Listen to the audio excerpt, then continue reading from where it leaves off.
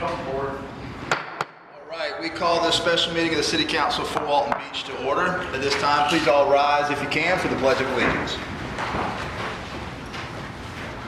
I pledge allegiance To the flag of the United States of America and to the republic for which it stands, one nation, under God, indivisible, with liberty and justice for all. All right, looking for some action to approve tonight's agenda. Second. All right, we have a motion by Mr. Browning, second by Mr. Berry. Mr. Browning, any further comments? No, sir. Mr. Berry? No. Anybody else on the board? Let's go to a vote. You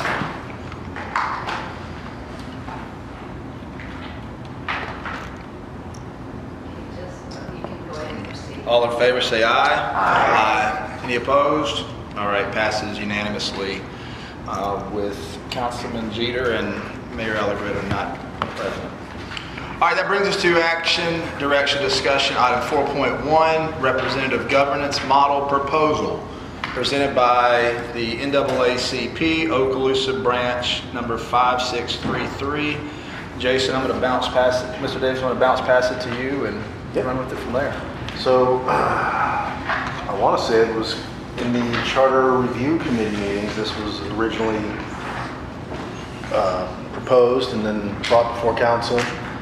And the team has put together their presentation. Lucy in our GIS department built these maps.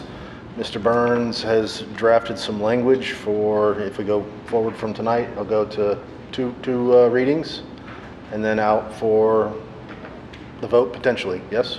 It would, and then we kind of, I think my version's a little bit different than what the NAACP had presented originally. Doing some research into it, there's really no logistical way you can draw the maps ahead of time. It appears the way it's done everywhere else is you would create a process where you draw the maps after the public votes to actually approve of districting. And we even reached out to Paul Lux to ask him what Crestview had done when they switched, and he didn't have the original ballot language. He sent us the ballot language from 2020, and all they did was just they indicated they were going to be redrawing their boundaries that they already had in place.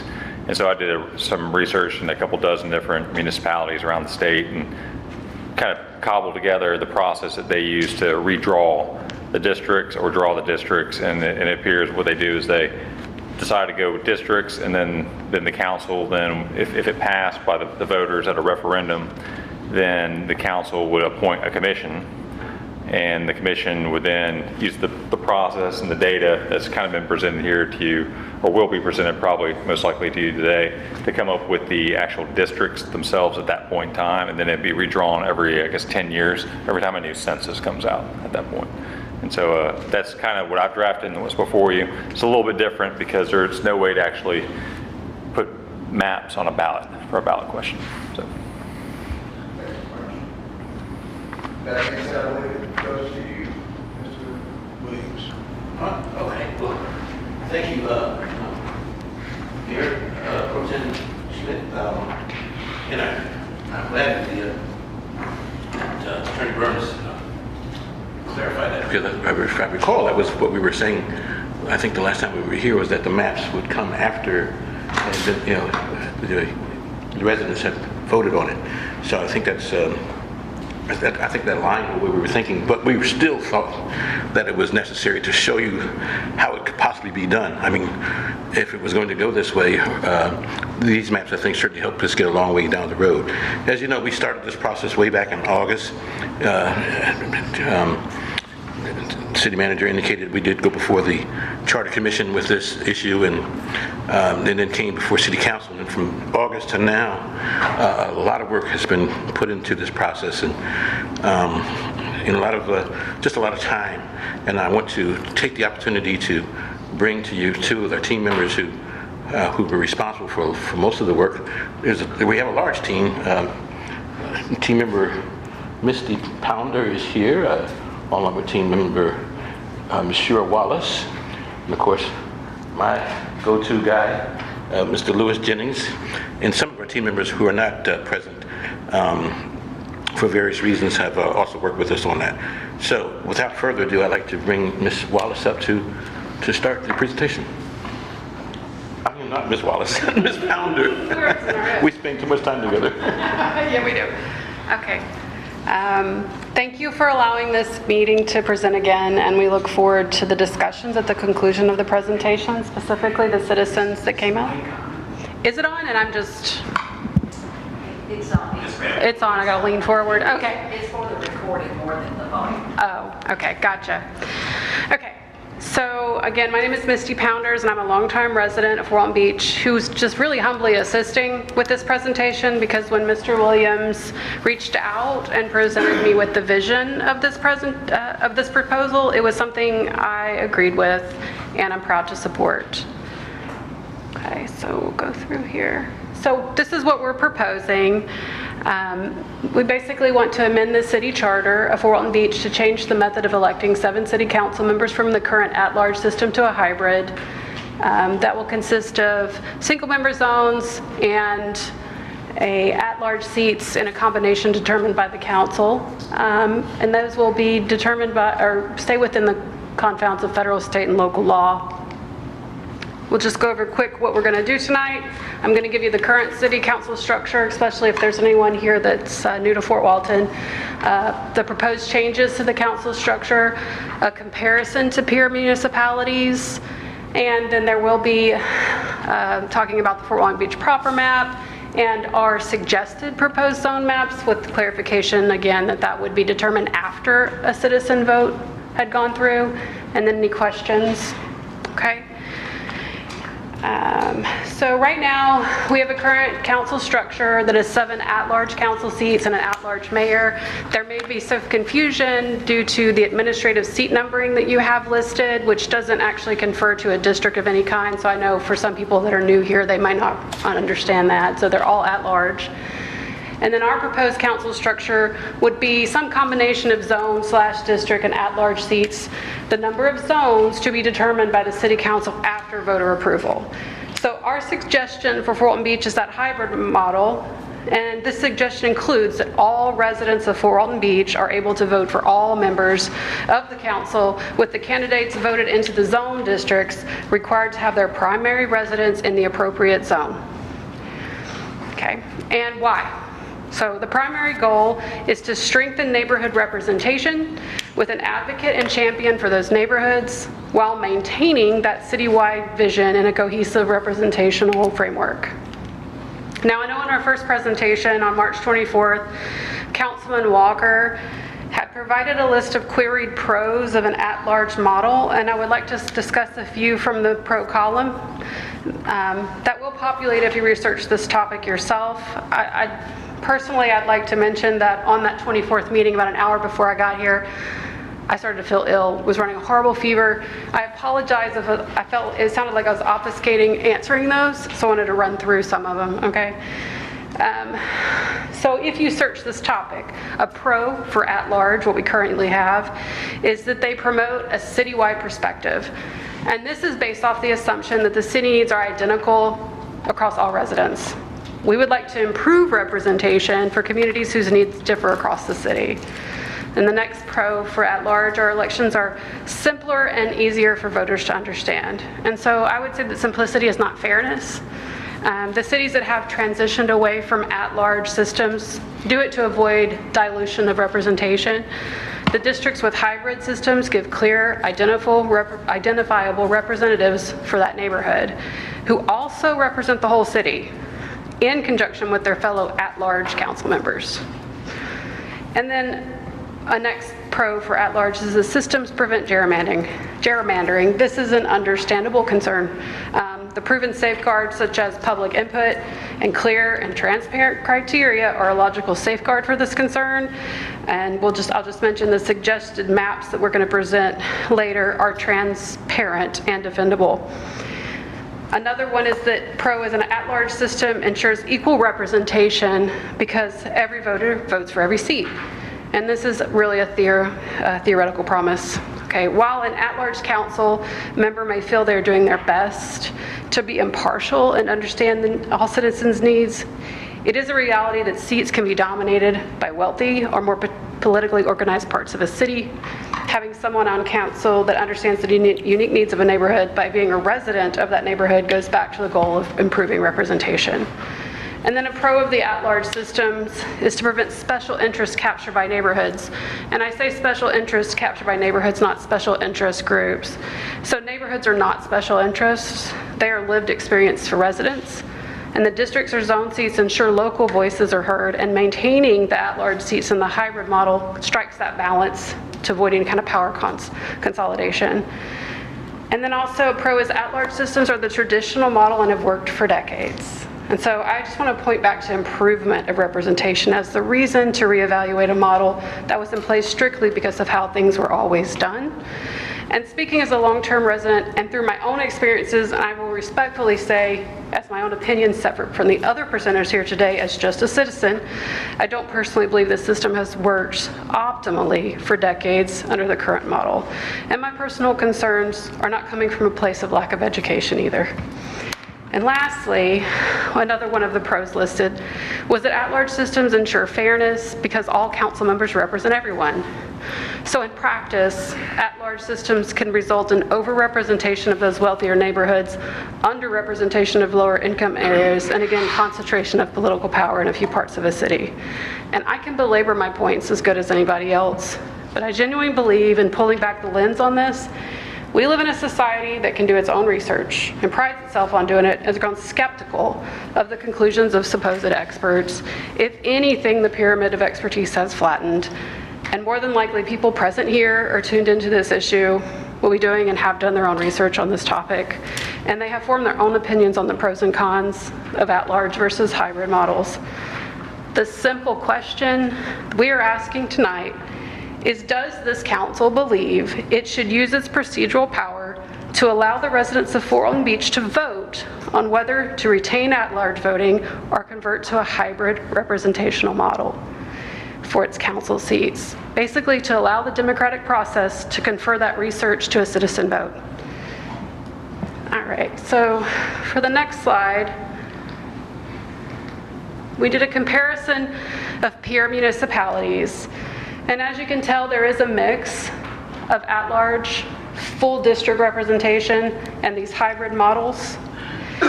And we are not suggesting a novel council structure. It's a structure that has historical standing in our neighboring communities.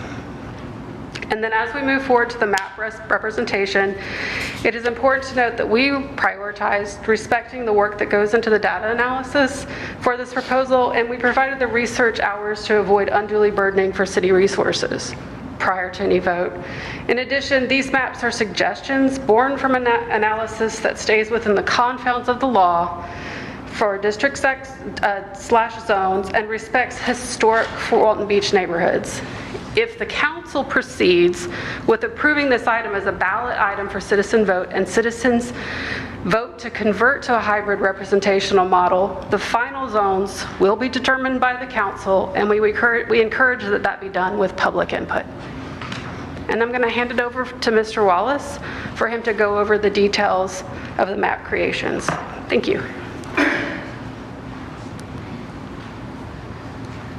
Good evening and thank you. I'm Mr. Wallace, and tonight I'm going to walk you through data foundation and conceptual zone models that could be implemented for Fort Walton Beach. As noted, I knew these maps were going to be concepts, so my job is to show you guys how we could put them together. And you know, the first thing we want to do is start with the census block from 2020. We want to look at PL 94-171. We're going to use that data set and turn it into a CSV. From a CSV, we're going to use what's called the Dicentennial file, and then we want to take the Tiger Place file out of that file. Place is going to give us jurisdiction. 91 is Okaloosa County, 12 is Fort Walton. And once we get that, we want to extract each block from Okaloosa County, and then that way we'll be able to clean the geoids. What a geoid essentially is a map with data on the inside of it And in this case, that would be the boundary of Fort Walton. If you go to that slide there, Fort Walton proper. So for instance, we had the tiger-shaped files. From the tiger-shaped files, we pulled the place files, and we grabbed the boundaries of Fort Walton. When grabbing the boundaries of Fort Walton, it had Okaloosa County attached to it. So my job was to extract each block within Fort Walton proper away from Okaloosa County so we can get our totals. If that makes a little more sense to you. Okay, you can go to the next slide. From there, what we would want to do is look at communities of interest. And at the same time, we want to stay as proportional as possible when dealing with the numbers. Communities of interest for the third zone is a little bit hard to do unless you want to break up neighborhoods. And so for this one, as a concept, we wanted to keep it where you have the from Beale Parkway over to Herbert Field, you have an area that equals almost 10,000 people.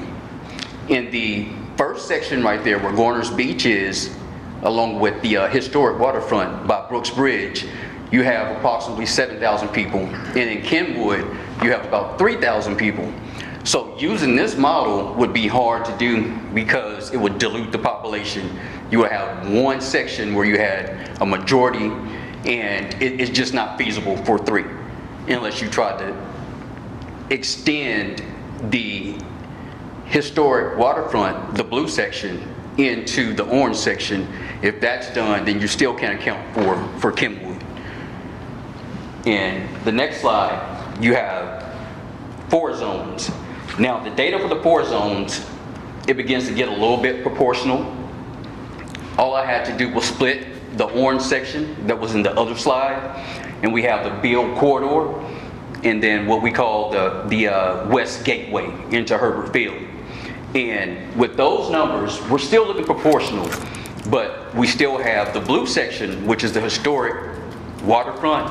It's still going in at around 6,000, and you have 5,000 in the Beale corridor, and then you have 3,000 in the West Gateway. And you still corridor, you're talking about the pink section, right? Yes. In the purple one, yes. In the green one up top, the Kenwood, you still have about 3,000 as well. That one's a little more balanced, but however, you would still have to be able to go in there, and if you wanted to be precise, really precise, you can do a lot more geoid cleaning. And that's really the basis of what we're trying to do, is just to show that this process takes time, and you do have to filter all the data sets and blocks one by one in order to get a proper total. Now, for Fort Walton, we have 20,922 people. And the first time I pulled from the tiger-shaped files and created the boundary, I got 23,323. And which that's close. That's very close, but that was telling me that there were still sections. If you look at the purple one, the West Gateway, you see how some of the blocks pull over into Okaloosa County's blocks. And it's the same way in Kenwood too. So those blocks are pulling from Okaloosa County. But what I did was I devised a way to adjust that, and that's called the adjustment factor.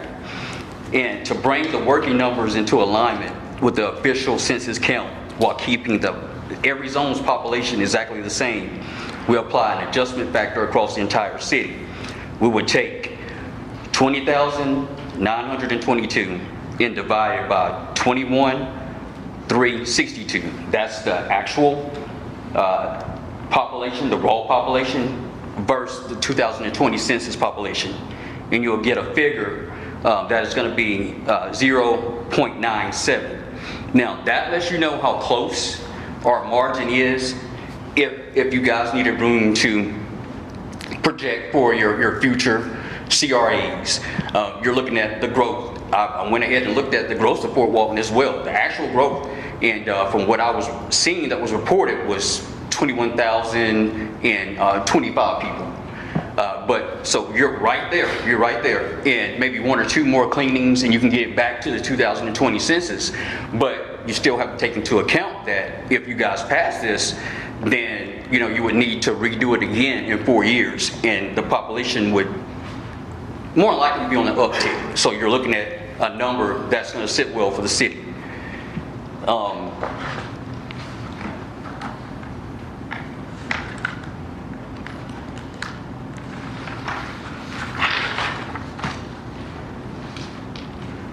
Now, when we talk about at-large versus the hybrid system, in a hybrid system, some seats are elected by the district, and some seats they remain at large. That gives the residents of the neighborhoods representatives from the entire city. The purpose of doing a study like this or using the zones would be beneficial to the city of Fort Walton, just because the people of the zones, no matter how you decide to do them, if you did 3 zones, 4 zones, 6 zones, 7 zones, the people will have the chance to elect or have somebody that would represent where they're from. So if I lived in the Beale corridor and there's a lot of potholes on the Beale corridor, and I have a representative attached to that area, it will be a little easier for me to say, Mr. Walker is the representative. I can go directly to him and he will be held accountable for that. Not saying that you guys don't get anything done, across the city if somebody else needs something. But what it does is it also brings a sense of pride and unity to a city in an area, because people will know, hey, we have a representative from our area, and this representative would really be beneficial for us if we need something. And that's one of the pros to that. But in a nutshell, these maps are conceptual. They were derived from the PL 94-175 census blocks. It has a raw population of 21,363. The official census population is 2922, and we applied an adjustment of 0.97. All models, 5-zone, 4-zone, and 3-zone, come from the same population, which that's derived from the 5-zone. And a hybrid government gives us the best balance of the neighborhoods. And tonight's models are only conceptual, and the next step is for the public to decide, so we can refine and ultimately, if you guys decide, move forward with this. Thank you. Thank you for the presentation. Mr. Williams, does that conclude the presentation? Not quite. Okay. All right. Keep going. Just want to make sure we're. I mean, this is a workshop that we can talk, as he's going through it. It's. I did want to at least make a few minor adjustments. I know that we said that the zones would be determined after the election, but actually, the council would have to vote for the number of zones. That would be part of what's on the ballot. Am I correct? So I presented 2 options tonight, because at the last meeting that y'all considered this, y'all asked me to provide a 3-district and a 4-district model. I know they offered a 5-district model here tonight. I can, in about 5 minutes, change all the ordinance to say 5 if you need me to. But all you'd be doing tonight would be approving of a model to go to the next meeting, and then if it gets passed on 2 readings, and it would go to the voters. But it would be turning certain seats into districted seats from at-large seats, and then the maps would be drawn after that. So probably sometime in 27 or early 28, the maps would actually be drawn. Thank you, Mr. Burns. Right, the maps would be drawn after that, but the number of zones, if they did hybrid, would have to be determined prior to the. Correct. The elected would be voting on the number of zones, correct? Okay. All right, that would be a part of the motion that people make. And when we first presented this to you, we were sort of thinking 4 zones would be appropriate.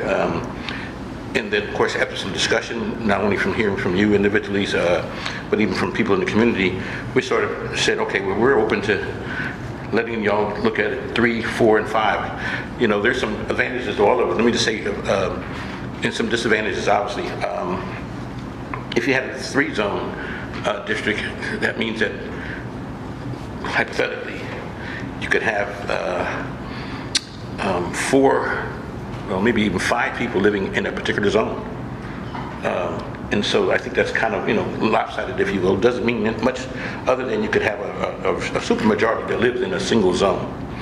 4 zones breaks it up, but it still allows a majority of 4 council persons to perhaps live in the same zone. 5 zones breaks it up to where there's no way that you will have any majority in any of the zones. You could have a total of 3 at the max in any one zone because of the at-large districts. The other thing is we hear about maybe sort of separating us, if you will, but this is not. It's not like the city of Pensacola has 7 zones. All of all their seats are single-member districts. A person would still have to convince, as he said, if you got some potholes in his area, you still got to get 3 council members to vote to do anything. You got to have a 4-member majority. So it's not like you have some power, some superpower. You're really just representing people in your neighborhood. And this is what this is all about, representation. Having somebody who will be our voice, if you will, at the city council. It is easy to say that we represent all folks, but sometimes all folks don't feel that way because they don't know who you are. And I don't mean you personally, but who the council members are. When a council person has a responsibility to a neighborhood or to an area, well, they take their time to go and visit their neighborhood. They live in the neighborhood already. They perhaps know a lot of the people there, and the people know them. And they're able to discuss and bring things to the council that may not otherwise be brought forward.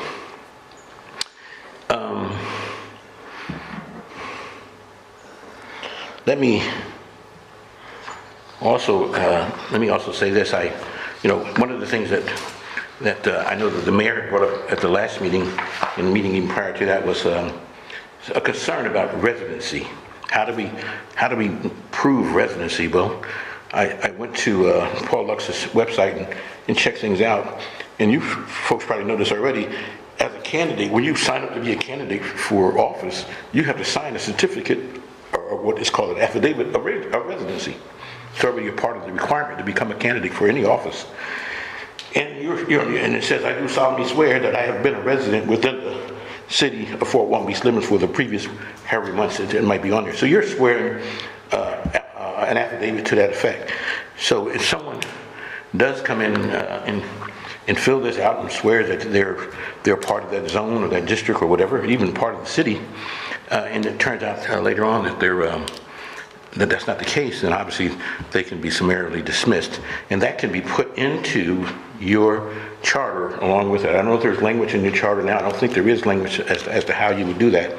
But you can actually add the language to the charter as to what steps might take place if you find that somebody has falsified where they live. I don't know if you were here years ago. We had a race in Oklahoma County for a school board. And one of the individuals who were running for that school board had falsified her credentials. And she was actually prosecuted for that. When the race was over, she won the race, but she was prosecuted for falsifying her credentials. Not where she lived, but simply, I think it was an educational. She indicated she had a master's degree, and she didn't have a master's degree.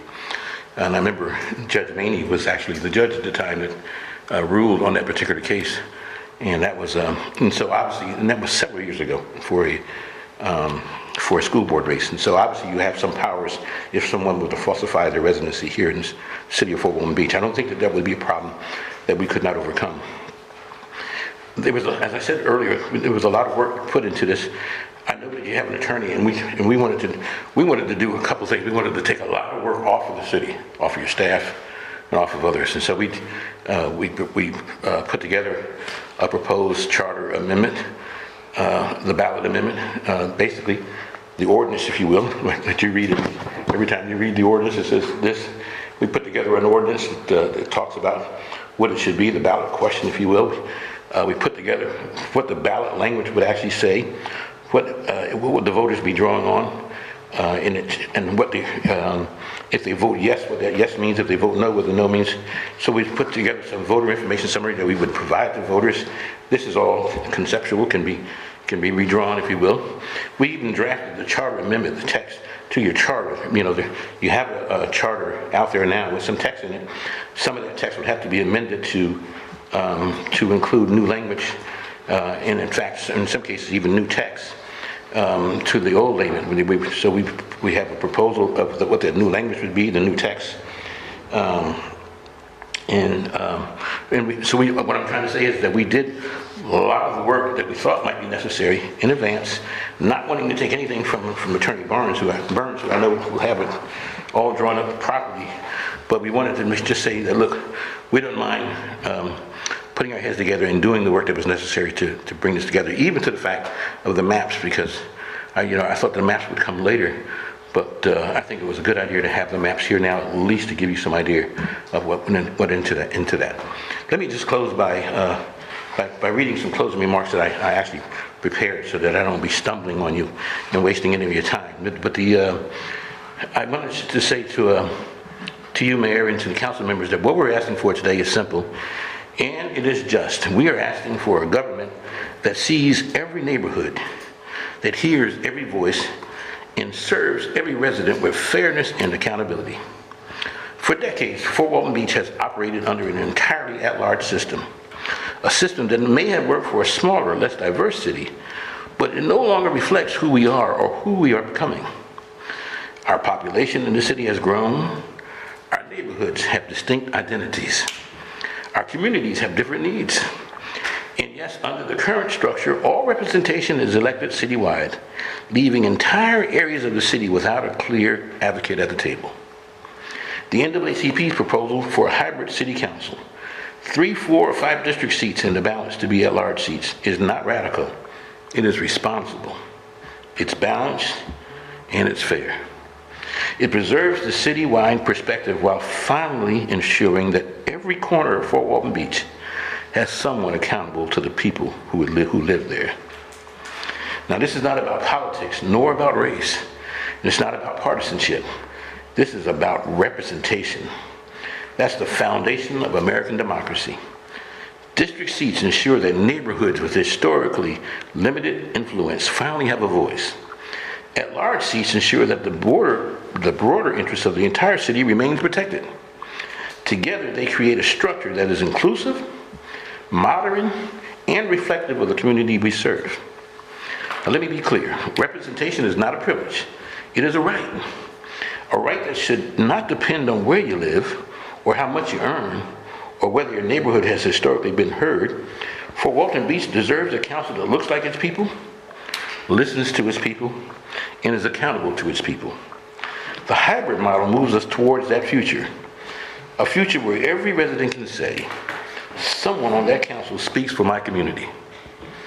So tonight I ask that you stand with us, that you stand with fairness, you stand with equity, and that you stand with a vision of Fort Walton Beach that includes all of us, not just in words, but in structure. And we invite you and your neighbors and your community to join us at the next city council meeting, because this workshop is not just a meeting. It is a moment to shape the future of our city, a moment to say to every voice, or a moment to say that every voice matters, and a moment to build a government worthy of the people it serves. Let us seize that moment together. Let's build a city where representation is real, accountability is shared, and every community has a seat at the table. And at the very least, let's place this issue before the voters in November and allow them to decide the future of this great city we all love. Thank you, Mayor and council members, for this opportunity, and may God continue to bless the city of Fort Walton Beach, Florida. That concludes our presentation. And Mayor Pro Tem, can I clarify one thing? Go ahead, Mr. Burns. The 2 versions I drafted actually are more similar to how county commission elections are done. I created a 3-district version, a 4-district version, but the whole city would vote on those districts still, so it would just be residency requirements, kind of like they are for county commission seats. I'm not sure if that's what they were presenting or not. They might have been asking that voters be limited to voting on only their district for those seats. I wasn't quite sure about that. So. Gotcha. Thank you for that clarification, Mr. Burns. And before we bring any questions up on this board, please hold on to your questions and get them ready. But I'd like to offer the opportunity for the public. Anybody from the public have any questions about the presentation or any comments? You can come out there. Please, and state your name and address for the record, sir. Chuck Halverson, there we go. I can hear everything now. Chuck Halverson, 16 Memorial Parkway. First, I'm not the brightest bulb in the bunch, so sometimes I have to go over things a few times, but I want to make sure we're all using the same language, and that should help us. First, I'd like to ask Mr. Burns, what is a districted seat? It's a seat that will be created after the voters potentially vote on one of these to create districts. So. Okay, but the only difference that this proposal would cause would be to have next to a candidate District 3 or District 5, and the other candidates would be at large, correct? It's only a residency requirement for the candidates. The whole entire city will still be voting. Exactly, and that's what's called an at-large election, right? That it's an at-large election. It's a districted seat. Correct, but there's no guarantee that a district seat would be filled. So I'm extrapolating here. The sole difference, we could go to this, the sole difference of all this work would be what's next to your name on a ballot. Was that the question? It's a question to anybody, it's a statement. All right. But is that true, do you think? As far as like party affiliation goes, the name next to your ballot, or what are you referring to? We're having an at-large election to fill seats, so let's just use some examples. Let's say we're electing 3 council members, okay? And let's say 2 districts that are represented there doesn't have a candidate, okay? So now we've got 4 candidates from one district that get the 4 highest vote counts. Now we've got 1 district represented. Is that true based on what everybody understands? That's my understanding. Okay, so if nobody runs, Can I respond to that? I don't think that's necessarily true. Mr. Williams, put it up to the mic, sir. Oh, I'm sorry. If there are district seats that are up for election and someone doesn't run for that district, just as you would fill any vacancy, you would have to fill the vacancy with someone from that district. so now you're getting a council member who didn't run, and you'd have to take somebody, you might have to appoint somebody up in front of a higher vote getter. True? Am I understanding it right? Because none of this is being explained. We're just getting zones. And thank you for your very good description of it, because I read it. And I know you got a hard job there, so he's done a lot of work, whatever we end up with. But, you know, if somebody, you know, you bring up a good point. If somebody resigns, do you as a council have to fill it from that district if they had a district next to their name rather than at large? And if the seat was unopposed, it would be the similar model, is my understanding. Right. I'm not saying I'm for or against the model, but I'm just kind of, this is the first special meeting. We had a presentation, so this is where we kind of scrub things up. Right. So if nobody runs in a district, but you have a neighborhood with very politically active people, you might have 5 candidates run from one neighborhood. You can't tell them no, you know, unless you're going to restrict that. And it's all going to be, you know, done citywide. So literally, you could elect 4. I think the maximum is 4 people get seated in each election. So you could get 4 people with the highest vote count, and nobody gets seated. And to Mr. Wallace and Mr. Williams, he says he wants responsibility, but in my view, you don't have a responsibility to a neighborhood if the neighborhood can't fire you. If the other districts can save you, it's useless. So basically what I think I said is the sum of all this work is only a name next to your, or a title next to your name on the ballot. I'm running for District 4, I'm at large. So does anybody think I said something that's inaccurate? Because I'd You're like, correct, it's just a residency requirement for the candidate. That's what you said. right, and to Mr. Williams saying proving residence, don't you have to do that at filing? Pretty sure. Yes. Yeah, so you go fill out a form and say where you're going. But if, quite literally, if we're going to keep at-large elections, but we're going to have a district after a name, we can do all that just by printing the ballot with District 3 at-large. So, thank you for your time. Thank you. All right. Any more questions, comments about the presentation from the public? Is this the only time the public gets to speak, at least for this? On this scope and this presentation tonight, yes, sir. This is the public comment section. My name is Jared Sager. I live on 1004 Holton Avenue. I guess my thoughts on it are just, I guess, first and foremost, like I'm kind of struggling to basically figure out if this is like, it kind of seems like a solution looking for a problem almost. I don't know, I haven't lived here too long. I'm about 2 years a resident here.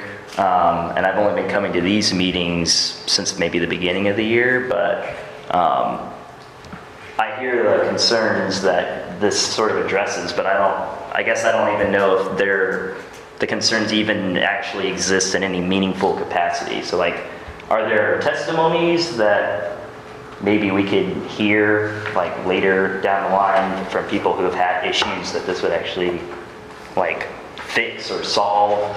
As far as like the pothole concern, like, in theory with the hybrid model, they could go to their specific representative, but I mean, is there a situation where someone has gone to any of the council members and they've been ignored constantly, like, I don't know, it seems like a whole lot of, we've got all these new rules and all these caveats that have to be worked out versus just keeping it the way it is, where it's kind of simple and straightforward. I don't know, I'm kind of if it's not broke, don't fix it. So I just kind of want to see proof that it's actually broken the way it is. That's just my view. And then, yeah, as far as, there's a few other things, but I haven't written anything down, so I'll wait. I feel like we probably will wind up going through another meeting on this probably, but I don't know. That's it from me. Thank you, Jared. Mr. Rob. Good evening, everybody. Robert Renier, live on 313 Kepner. I had a procedural question for Mr. Burns. When you first presented, you said that the voters would pass a referendum saying that they wanted districting. And then then with the positive referendum, there would be a commission that would then study the zoning and then come back to, I believe, the city council with a proposal as to what the best path forward would be for districts within the city. But my understanding now is that the recommendation before the city council is to choose 3, 4, or 5 at a subsequent meeting. And then what if if it goes to a commission, and maybe I'm wrong, what if the commission disagrees with what the city council has proposed? If the city council said 5 and the commission said 4, I'm confused as to what So what's happening tonight, they're going to vote on whether or not to put an ordinance on the next council meeting, on April 28th meeting. They have to decide tonight if it's going to be 0, 3, 4, or 5. Okay. At the last meeting, I was directed to draft versions that had 3 and 4. In the interim, the NAACP decided they also wanted to present a 5-district model. And so it's probably confusing to someone who, obviously, like tonight's getting all the information thrown on them, and I do apologize if my presentation wasn't clear. And Mr. Rennie, can I also piggyback off that, just for clarification, there's no staff recommendations at this point. Right. You mentioned recommendations. I just want to make sure you're aware staff isn't pointing or recommending towards any direction. No, I understand. Okay, finish the procedural question though. Well, no, you asked me to, so finish up. So what would happen if it did pass at a referendum? Let's say they do pick 3, 4, 5, it goes to the voters, they 51% of the voters pick yes on that question. Then the version that's in here, if they decide to go with my version, the 3 or 4 version, now I say my version, the version they directed me to draft, I copied Pensacola's process, and what Pensacola has is that every 10 years they have a commission appointed by the city council that effectively does the work that the NAACP just explained up here. They take these maps, they go in and they figure out fairly fair and equitable districts, and that would be redrawn every 10 years. But obviously, since it'll be the first time it's done, the way it's drafted is it will, about a year after the election, have that commission formed to do the first districts. So those districts, it'll have to be either 3, 4, 5, because that's what the voters will approve. And so then they'll, with that model in mind, go either create the 3, 4, 5 district the voters ask. Right. So the commission, so the voters vote on a specific number of districts, not just we want districts, and a commission would decide what the best number were. The city council is going to direct a specific number. The voters are going to say yes or no. If they say yes, then a commission would use all the data that's been discussed this evening to derive what they think are fair and equitable districts. You said it better than I did. Okay, got it. Thank you. Thank you, Mr. Mayor. All right. Any more questions, comments from the public? Looks like that's everybody. So let's move back up to the board. Questions for the board for the NAACP, board and staff. Mr. Mayor. Mr. Williams, if you don't mind. I would, for me, it got brought up, but I would like some clarity on if nobody runs. Have you guys thought if right, so last election, I think we had 7 or 8 run, and now, and just speaking plainly, with no compensation being, with that being said, there's people, you're gonna just have to go to these small neighborhoods and say, man, we gotta find people that want to run. And so I do think that it could affect, I've heard from other people that could affect their decision to run. So I see us possibly facing zones that don't have people running. So just if you guys thought about that, what's the solution or what's the problem? Yes, certainly I've thought about it. Obviously, if somebody from a particular district didn't run, that the seat had to be filled by somebody from that district, a volunteer who would maybe step up to fill it the same as you would fill a seat if there was a vacancy on the council. But there is that possibility that any district would maybe find where they didn't have anyone step up to the plate to run. We would hope that we would be able to encourage people to run from each one of those districts. But yeah, that's always a possibility out there. So, and I'm not trying to beat this point up. So unopposed, nobody's running for Zone 3. Mm-hmm. And then after the election goes and they go, nobody volunteered to run, now we need to find a volunteer, because that was a guaranteed seat. And so then we'd have to get people in the community to essentially coax. That is one of the issues, and I won't make any comments, I'll save those, but that is just an issue that I could see arising from going to this. But sure. Thank you for clarifying. No, and let me just say this, it's, and then the gentleman talked about finding a solution to the problem that's not there. We vote already, our county commissioners are all district seats. None of them are at large. And those county commissioners have to live in those districts, obviously, to run for those seats. So we've been doing that as a practice for years, voting for people who are in our districts.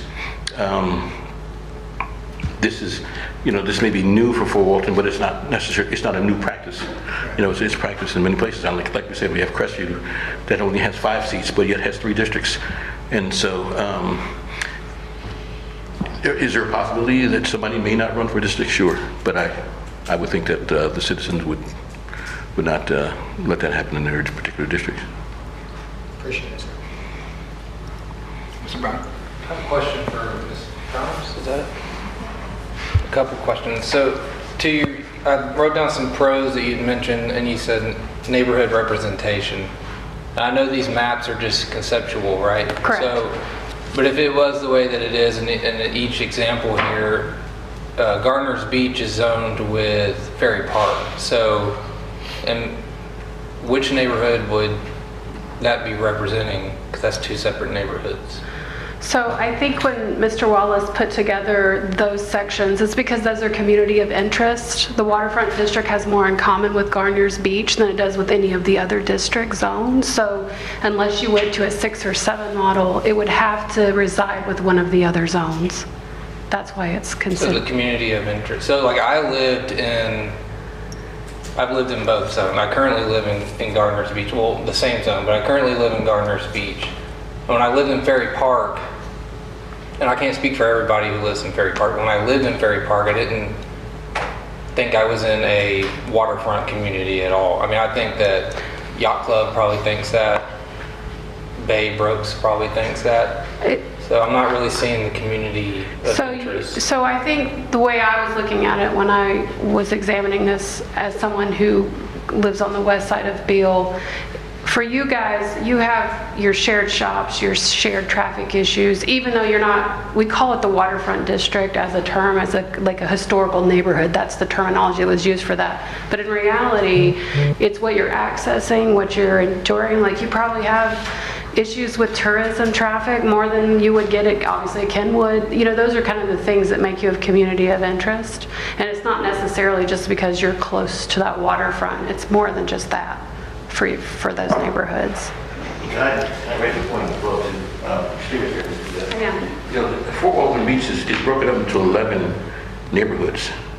You know, but there's obviously only 7 council seats. So when we say communities of interest, we wanted to keep communities together. So there obviously will be more than one community within that particular district. You know, because you have 11 neighborhoods themselves that are outlined in and you only have 7 seats. So, you know, many of the districts, or several of the districts, will have several communities of interest within that particular district. As long as we didn't want to break up any of those neighborhoods, if you will. Kenwood is a neighborhood, Garner's Beach, Ferry Park. These are all communities or neighborhoods that you have already identified, and they wouldn't be broken up in any way on any of the proposals that we made tonight. And if I could add to that, as the city continues to grow, which is the goal, I think, of the Fort Walton Beach 2.0 is, you know, as these zones are established, the council would consider that. Like, is there no longer any cohesiveness with those neighborhoods, and could they be well-done maps that kind of break those areas up? And like I said, you know, we've talked about a 6 or 7 as well, but the appetite for that might not be there. You know, I personally feel that the kind of like Pensacola having more of this district is great, but I think for Fort Walton Beach, you may want the lower district numbers. But we want to work with you guys and your wisdom and in your inputs too. We don't want to direct this. We want you guys to see the merit in it and then determine what you think those zones should look like, if that answers that question. Yeah. Okay. Was there another one? I think I'm good. Okay, sir. Yeah, I want to add to that. Garner's Beach, if you think about it, is fragmented. What else is by it? You have Wright and you have Cinco Bayou. So even though you lived on Ferry, you were still very close to the Brooks Bridge. You could traverse to the beach fairly quickly. Garner's Beach, you have Garner's Beach. But would you want to put Garner's Beach into Kenwood? Doesn't have anything in common with Kenwood in that area. If you look at it, you know. If you were to make 6 zones, you would take, hypothetically, the top of the Beale corridor, which would be South Bayou, and position it with Garner's Beach. But in a nutshell, you want to look at the population. Garner's Beach is probably around 1,000, 1,200 people. And if you're trying to keep everything proportional, there's no way that could stand alone. Right, yeah, I mean, I don't disagree with that. I just think if we're saying fair and equitable and communities of like interest and common issues, I mean, we have stormwater runoff dump in the bayou at Garner's Beach and Ferry Park's, I mean, one of our greatest parks that we have in the city. So I'm not really seeing a lot of, and I know again, this is conceptual. Yes, sir. So I'm not seeing a lot of similarities have living in both neighborhoods before and currently living in one of them. Because we're not breaking apart neighborhoods. We're just throwing the baby neighborhood in with a large neighborhood. There's 1,200 people there, and then how many people live in Ferry The Park? historic. Is the representation truly fair? Is Garner's Beach truly represented when it comes to that zone? You know, if you got 1 or 2 people representing Ferry Park, are they going to represent Garner's Beach, or are they going to represent Ferry Park? That would have to be discussed at that time, because the purpose of having the zones is so you don't dilute voter turnout.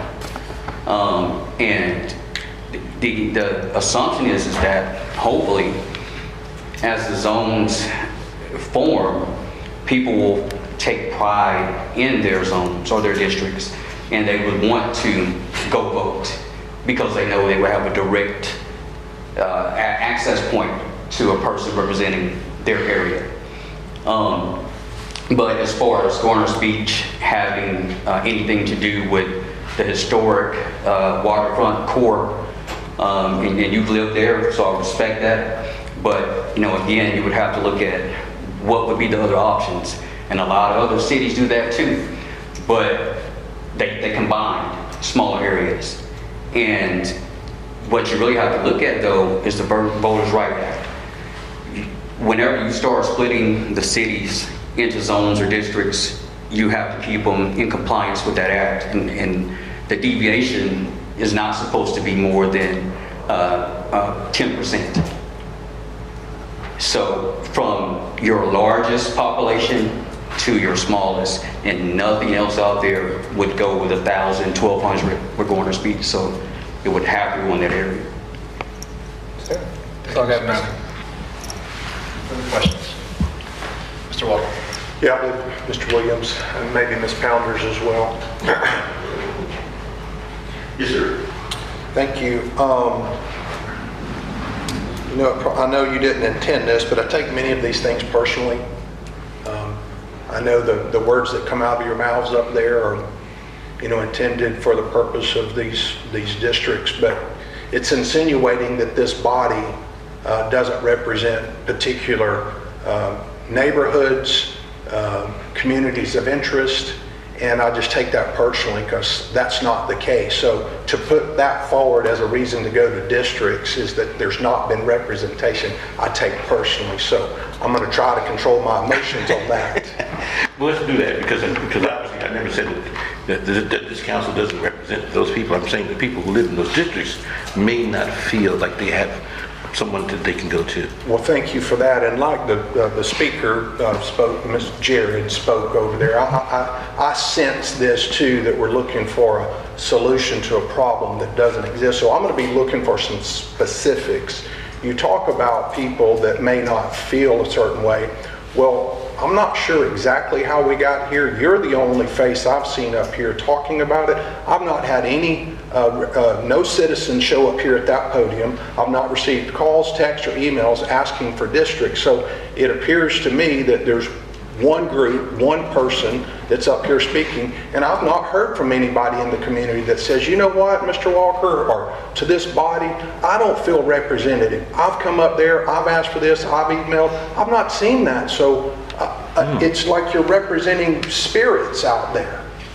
I don't know of any person that... You're representing spirits, Mr. Walker, but I represent people, and people who may talk to me may not talk to you, Mr. Walker. I understand that, and that's just the way that the life goes. People are not comfortable many times coming before the council. I'm very often nervous to come before a group of people like you and talk about things because it's just not something we do. I'm not a statesman, you know. I don't come up and address councils, but we live in these areas. I've been here since 1978. This is not something new. We know that we have several communities in this neighborhood, in this area, who don't necessarily feel that they have representation, if you will, on the council, or they feel that they have someone to go to. I don't know why. I mean, you know, maybe they don't see anybody there that they know personally or whatever, but the case, you know, that's just the case. It doesn't harm to have somebody be responsible to a neighborhood to say, look, I care about this neighborhood, and I want to talk to you guys. When we developed neighborhoods, we did that so that we could those neighborhoods could get together and talk about issues that are of concern to their neighborhood. And how do you get that from discussion in a group to before the city council for action. This is just a means of making it happen. You know, we're not suggesting that this is all, that at large is wrong. We're just simply saying that there are ways to allow more communities to have input into their particular communities, because we know that there are several communities in this area that feel underserved. You know this. You want me to name a few of the communities that feel underserved? You know, we can start in the Lovejoy area, we can start in the Carson Drive area, we can start in, even over here in the Ed Brown area, several communities, even I would imagine even some of the folks out there in Garner's Beach area might feel that they really don't have somebody in the council that's concerned about their neighborhoods. Are they going to come down here and maybe address that personally? I don't know if it's going to Mr. Williams, happen. thank you. And you said you represent people in communities and neighborhoods, and you mentioned Lovejoy and Carson and Ed Brown and some others that feel certain ways they've been underserved. Can you give me an example of how they've been underserved? That's to Mr. Williams. Mr., you live in one of these neighborhoods. You want to talk to that? Wait, he's the one. Mr. Williams, if you want to take a stab at it and then let Ms. Palmers take a stab at it, you said you represent people in neighborhoods and you said they feel underserved. I want to hear the specifics. I could get these specifics. I don't want to necessarily get into a debate one-on-one with you and I. I think we can do that offline. But I don't know if you saw the report that we put out. When I say we, the NAACP put out as it related to Gap Creek, into the issues not only in Gap Creek but the Sylvania Heights area, out in that area. That's been ongoing issues for years.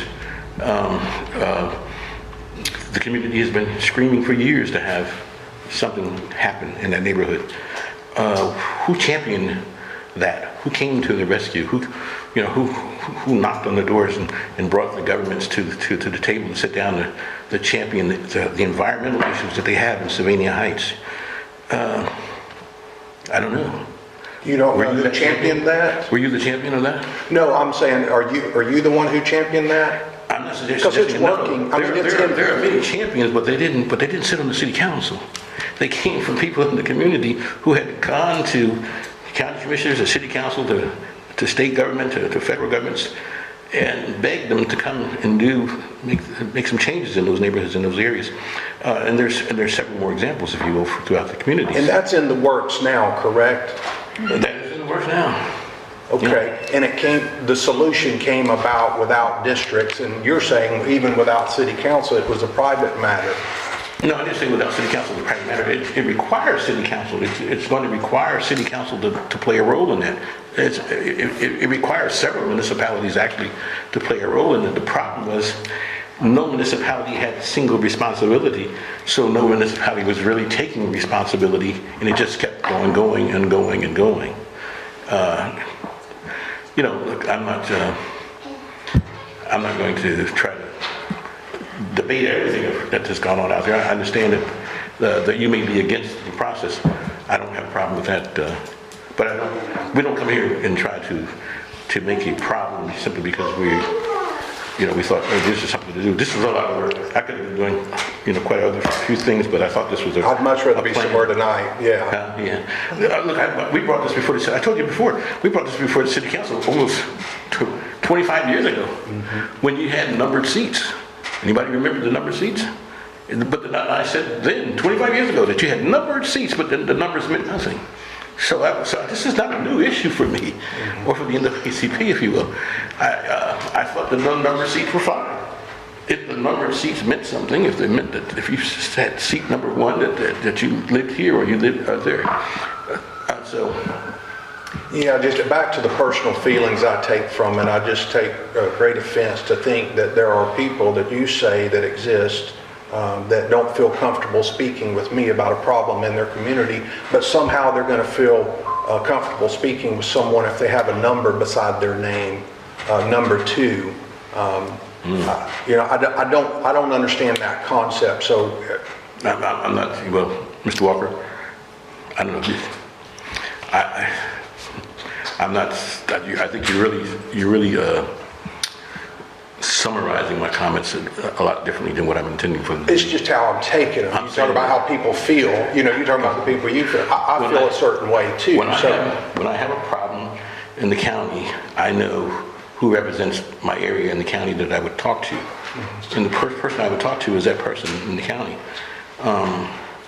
And I would say to that person, here's my issues, here's my concerns.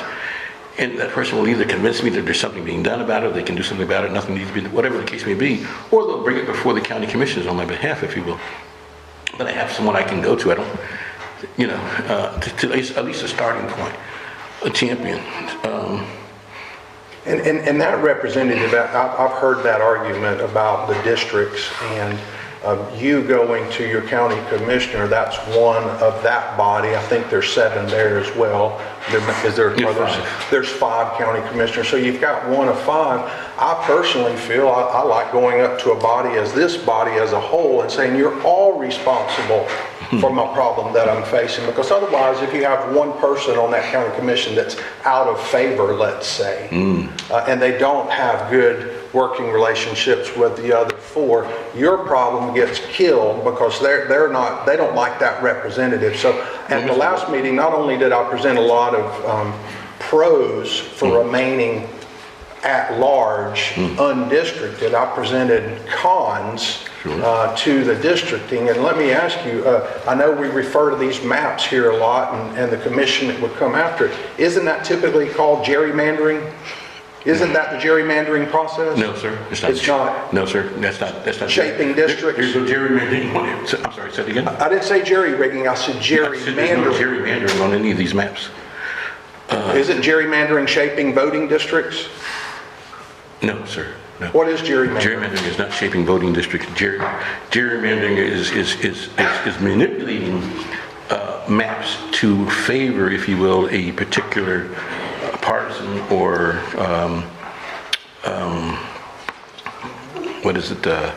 racial need, if you will. So if I had to draw a map, I had 10,000 people down here and I needed to get another 10,000, so I took these people from me over here and added to there. That's gerrymandering.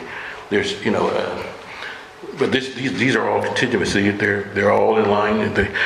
Every one of these maps are defensible under the Voting Rights Act, under the Florida State statutes, and under the U.S. Constitution. Thank you for saying that. The Voting Rights Act, I looked at the districting causes, things that legal triggers. Are you aware of any legal triggers that has caused a districting move as defined by the federal statutes, federal and state statutes? Are you aware of any? Or do you know what those triggers are? Are you asking me for this in City of Fort Walton Beach? No, there is nothing that has caused a trigger in the City of Fort Walton Beach. If there was, it would have probably have relied on that several years ago. Fort Walton Beach does not fall under the, I've forgotten the term, I was thinking about it just before I came here tonight, where you would have to, if you had maps, you have to, Louis, do you remember the term that they use? I'm getting to be an old man, I forget things quite a bit. But no, Fort Walton Beach is not under any of those, has none of those causes that would affect that. And the simple reason is because there are no neighborhoods in Fort Walton Beach that you can draw a majority district that would be a minority district, if you will. The only areas in this particular in the Panhandle that really come under the Justice Department would have to review their maps would be Panama City. Even Pensacola, I don't think would fall under that. So I guess maybe in the last, I've heard you try to answer the question. What problem or problems does this seek to solve? And you say it's how people feel. That's hard for this body to understand that that's a problem that going to districts will solve. It's alleged that it will be solved by this districting, but it's the causes for the harm that districts can cause that I read out last time, and I'll read them again probably here during the discussion if a motion is made to move forward. I'll read them out again, but they're extensive and very concerning for what, again, semi-literate, semi-smart. I just haven't heard an articulated problem that would cause this body. Not only that, I mean, the personal side of it again is that one person has showed up here at the podium to speak. Does it have to be a problem that we're trying to solve? Can it not be an improvement. What type of phone do you use? Do you use an iPhone or you use an Android? iPhone. An iPhone, what model do you have? It's 17, 16? 17. And every year they come out with a brand new iPhone. Did the one before that, was it some problem with it, or were they just decided to upgrade it? Every year they come out with a new car, you know? It still gets me around. The old car I got gets me around, but the 20, I wish I had a 26. Sometimes we make improvements to things. That doesn't mean that we're really solving problems, but we're simply making improvements. I think we call this a modernization, if you will, bringing it into the modern area. But Modernization and improving. Modernization and improving. I see it as that's your words. Yes. I see it as changes, and what we don't know yet are the long-term impacts on the community at large to going to a district, because there seems to be ample evidence out there that says going to districts causes lots of problems. You cite that evidence from other communities? You cite that from other communities? I don't see that happening in Crestview. I don't see that happening in Pensacola, which is a 7-member district. I don't see that being a problem in any of those areas. I don't see that being a problem in the county where we're districts. I don't know what you're referring to, what problem you're talking about. I'm not, it's hard enough to keep up to what's going on here in Fort Walton Beach. I can't imagine what's going on in Panama City or Crestview and problems they may be having with districts. A lot of times stuff stays undercover, and unless you're paying close attention, you won't know. So I'm not aware of any there of problems, pros or cons, but I know that there's some alleged problems that can come from it.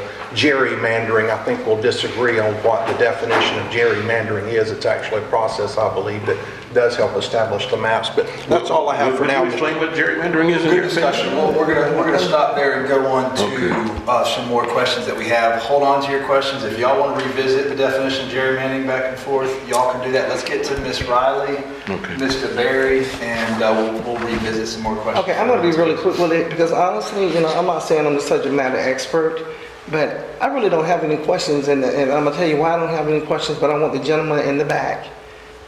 Is it Mr. Jared? Jared, yes. And I recall you saying if it's not fixed, don't try to break it. Don't try to fix it. If it's not broken, don't try to fix it. And I totally understand what you're saying. But for me, I want you to also understand, I understand where you're coming from, but what I can tell you, I'm a living witness. Councilman Walker, I'm a living witness. I grew up in the Lovejoy area. I have been in that community fighting hard with other community leaders for many years. And I have been with government. I have been with government meetings. I've been with the county commissioners. I have been with city folks, and God bless, Mayor Anderson, because I think that's one of the mayors that we got farther with than any other mayor. But we have had many town hall meetings. And if you've not lived and had anything, if you've not faced the challenges that we've had to face living out there, you won't understand. So I do understand you saying that. But sir, we have dealt with so many environmental justice issues. We have worked with so many environmental justice colleges. We've been tasked to work with, Tallahassee was tasked to work with me. I'm retired from the Department of Health, Okaloosa, and I've worked with a group of folks trying to tackle the problems, stormwater issues that we deal with every day. We get potholes. We don't get those potholes fixed. And this is not what I'm saying, what I'm telling you because I'm a living witness. I have gotten out there and I fought. I have fought hard. I ran 3 times to get in this position that I'm in. The reason why I ran is because people may not come to you at the city, but let me tell you something. You got a lot of people from the Lovejoy, Sylvania Heights, Ed Brownfield that are disengaged now because guess what? They have given up. I told Commissioner Godwin years ago when we had a town hall kid, we're tired of being tired. We're tired of being lied to. We've been before you. We pay taxes. We are suffering. My community, if I can tell you how many deaths we've had with cancer. I grew up below Kerber Field where they had gun ranges. We've had environmental contamination, spills, industrial park in our area. My father died from cancer. Everybody I grew up with on that street, their parents have died from cancer or they got kidney problems. My mother was kidney problems. So I know you don't understand because you probably never had to face that. You never had to walk in the shoes of those people. And a lot of them have gotten to the point where they don't even want to try anymore because too many promises have been made and they've not been fulfilled. So I understand what you're saying. You know, whether we vote to move forward, I understand that large election. I have no question about it. I understand districting.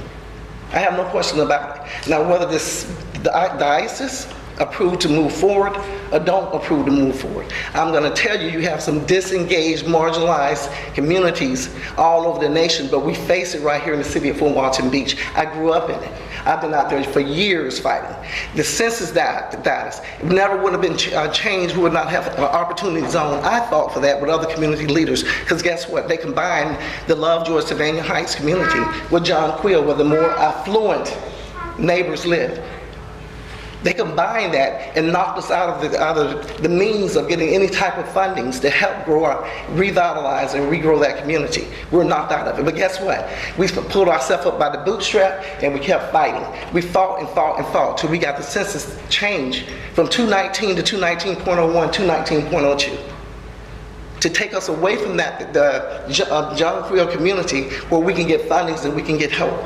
Just to renew, revitalize, and clean the contamination up. And somebody help us, please, with the environmental issue. We've been begging for that, begging for that. So, sir, you won't understand, because you never probably had to face it. And again, you never walked in those shoes. And so do people hold back and don't want to come? Right now, they feel like nobody's listening. Nobody's listening to their voices have not been heard. It has been an ongoing thing. Flooding in the community. It's been an ongoing thing.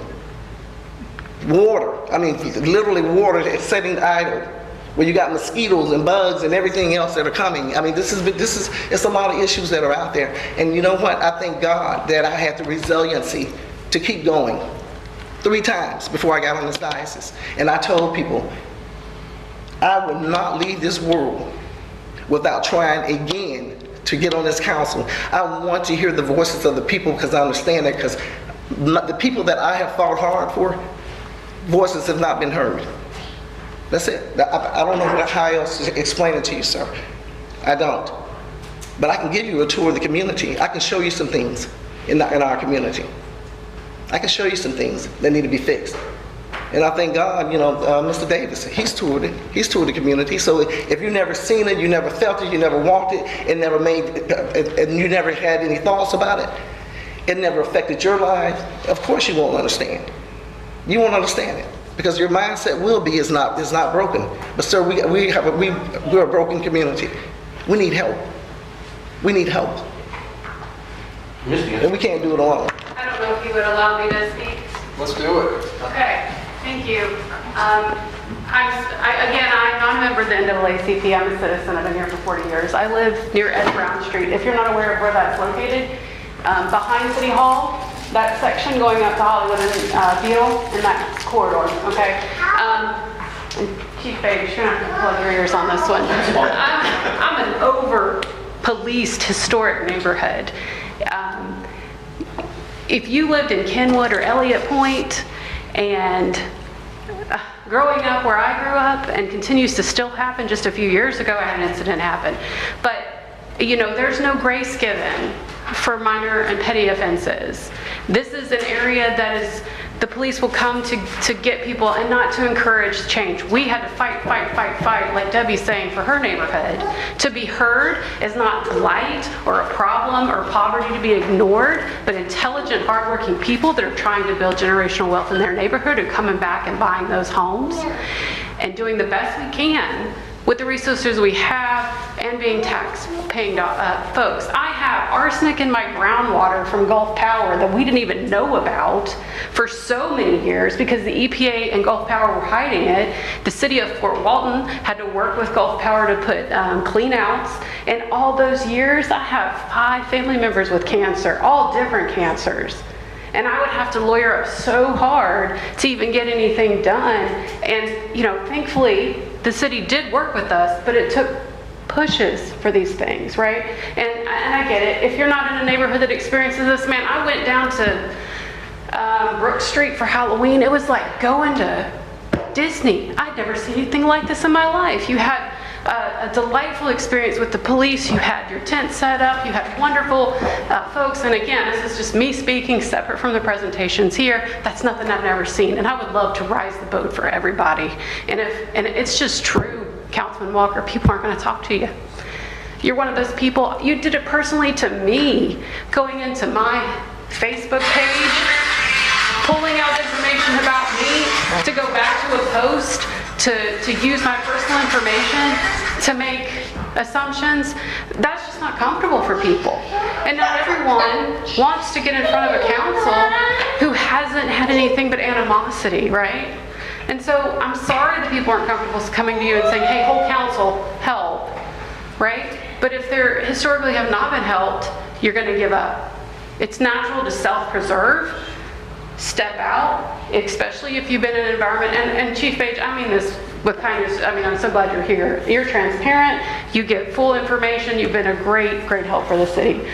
But, you know, and I appreciate those changes. But if you've had decades of the type of things that we've experienced, you're very hesitant to come up here. Heck, I'm hesitant to come up here. So I understand that we're not going to be able to completely solve all the ills here. But I do think that if I had a representative in my area that knows about my arsenic and my groundwater, and knows about like when developers want to come in and start buying up our properties, that suddenly the newspaper is talking about old violent crimes from 10 years ago, you know, the kind of influences that happen here, they understand that. They live with me in my area, and they know. And so I just, as a citizen, yes, there are plenty of people that do want a voice, and they're not comfortable being an individual that's coming up in front of all of you folks. But they do respect people in their neighborhood. Thank you.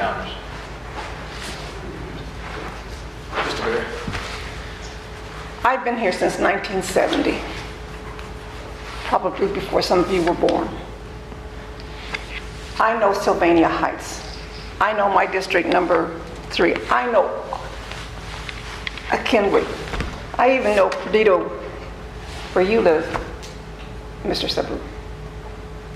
I've walked these streets. I was one of the first hospice nurses here. I know how the people live in all these districts. Many of them choose to live in the districts such as you chose to live downtown. I've been in these homes. Yes, I've had to call the police or the sheriff's department to come in. Hey, I'm going in over here in the middle of the night. Not only in Sylvania Heights, but other areas here and in the county. But yet I went in there to serve. I worked for the health department. And what I saw there, they lost their funding for a lot of things. I turned them in. Am I a whistleblower? Yes, I am, and I'm doggone proud of it. I live where I live. I've had that house since 1970. I have had to fight City Hall ever since. The snakes, the pygmy rattlesnakes that I put on Winston Walker's desk and almost opened up on his desk. The water. Fortunately, I know how to cleanse water. I was not an educated person here. I put myself through school. I'm a retired nurse practitioner. But I worked with every one of these neighborhoods. And I've had to fight for my safety. I'm sitting in a seat right here when the person said, the safety of the visitors have priority over the safety of the residents. So I understand where you are. Keep fighting for it. Zoning is not going to help it. I live in Zone 3. Most of the people up here live over here Zone 2. But yet I'm all over the place. And people call me, and they'll often say, we don't really like you, Gloria, but golly, you can get some things done for me. Will you help us do this? And I do. And if I don't think it's really good, let's work with it for whatever. I don't care what zone they are. I don't care what color you are. I'm multiracial right here. But I love every last one of you. Do I like all of you? No. Same way with me. You guys don't like me either. But if you want something done, you come and get me. And we work together. So I'm asking all of you to work together, put your race away, put your and let's work together. I remember when Gap Creek, when I first met you, Barry, I went on tour with David Schmidt. He came by, and I didn't even really know you, but he came by and says, Gloria, let's go. You know, he was on council at the time. Do you remember that? I do. And that's whenever I first heard your concerns about Gap Creek. And I've been working with Trey Goodwin as your city council person. You have a small little portion of Gap Creek coming up from the north. He's the one, and I invited you, and anyone else that would listen. Let's go talk to Trey. Let's see if it's Carol and Ketchel, because they're right there next door to each other. Let's talk to them. I've been talking to them. I have Cross Creek. I have creeks right behind my house that has the mosquitoes, pygmy rattlesnakes, and that's what I brought to Winston Walker. A bottle of pygmy rattlesnakes, and the other one I went over to the health department. I hear what you're saying. We can work together, but districting is not the. Thank you, Mr. Mayor. I got a couple questions. Yeah. Hey, do that one first. Let's do it. Come on, Mr. Jennings. Louis Jennings, 605 Mooney Road, and I live in Kenwood. And Mr. Walker, I'm not taking it personally. You say you person, and I hear you and Mr. William going at, I don't get, that's not me. I don't like that. I don't get into that. But you asked for Pacific. I would ask that you go to Kenwood tomorrow, 605 Mooney Road, that address. I have a flooding problem, still have, and when I was trying to find somebody to help me with that, I went to the city and everybody else, and finally somebody came out and they dredged out the ditch so that the water would run out. I just spent $3,000 on my lawn, but the flood water, the drainage problem, the drainage problem killed my grass throughout my whole yard, because it backs up in my yard. So yes, and I don't know, even today, who represent me? We do. Okay. We do. Who did you go to the city and get it fixed, your drain fixed? I went to the city, I asked a question, and found some guy from Public Works or someplace came out, and he saw what the problem was, and he brought his crew out, and they dredged the ditch out to alleviate the drainage problem. But still, so I'm not here to get into all this back and forth and all of this. I always listen to hope we come up with a solution. And I'm privileged to a lot of this work that's going on now, and I do believe of all the options, this is one of the better options we will have. So I'm talking about a real-time problem. This is real talk. Thank you, Mr. Jennings. And I don't know if you ever been to Kenwood, or you ever come to Kenwood, and I don't know. Mr. Jennings and Mr. Mayor, he did speak with me, and I think, it's funny how we can see things differently. I'm alleging that districts are not required because all citizens can come before this body and speak and get action. And you went before, you didn't even come to a council member, I guess. You went to either the city manager or directly to Public Works, which is probably where we would have sent you anyway, because they're the ones that take care of those problems. So I don't know that your example actually supports a reason for districts. I think Public Works are doing what they did.